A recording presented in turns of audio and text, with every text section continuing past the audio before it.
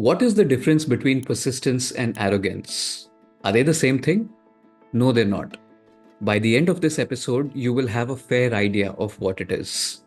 Well, on the surface, they might look like the same. Harry Heltzer, the former chairman of the 3M board, had once said, if you're successful, you're called persistent. If you aren't, you're called stubborn. But while you're doing it, nobody can tell the difference. But people can tell the difference, trust me. And that difference is much more than luck. Let's look at what those factors are. Venture capitalist Paul Graham, in a beautiful essay, wrote, the persistent are attached to their goal.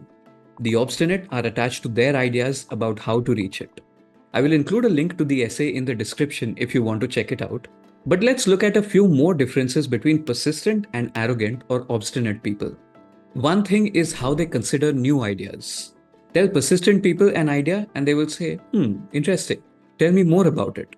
They want to figure out whether the idea is useful, whether it has potential, whether it's feasible, all these kinds of things.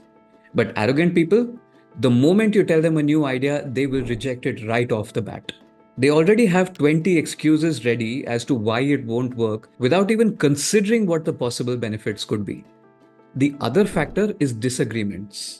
Never will persistent people pay more attention to you than when you disagree with them. They want to know whether they are wrong, and if yes, then where. But arrogant people, the moment you tell them there is a hole in their ship, their eyes will glaze out and they will zone out and whatnot. They just don't want to have anything to do with it. Now, another aspect to consider between persistence and arrogance in your own life is how much of what you're doing or not doing today is something that you were not doing 6 months ago. And how much of that, what you were not doing or doing 6 months ago, was something that you were not doing 1 year ago. If the answer is nothing, then that's a sign of arrogance, probably. Because persistent people are always evolving. And this does not mean that you have to come up with a whole new project like a startup or a side hustle or get into a new relationship or so on. No. Even in your existing work, in your existing relationships, what are tiny things you've done to evolve?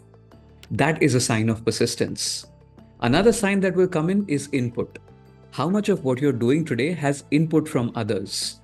It could be people, it could be books, podcasts, learnings, anything. There could be two extremes here, right? One could be zero input from others. Another could be 100% input from others. If it's 0% input from others, it basically means that you're arrogant. You're not listening to anyone. And if it's 100% input from others, you're way too servile. Just following others' instructions, just following trends all the time.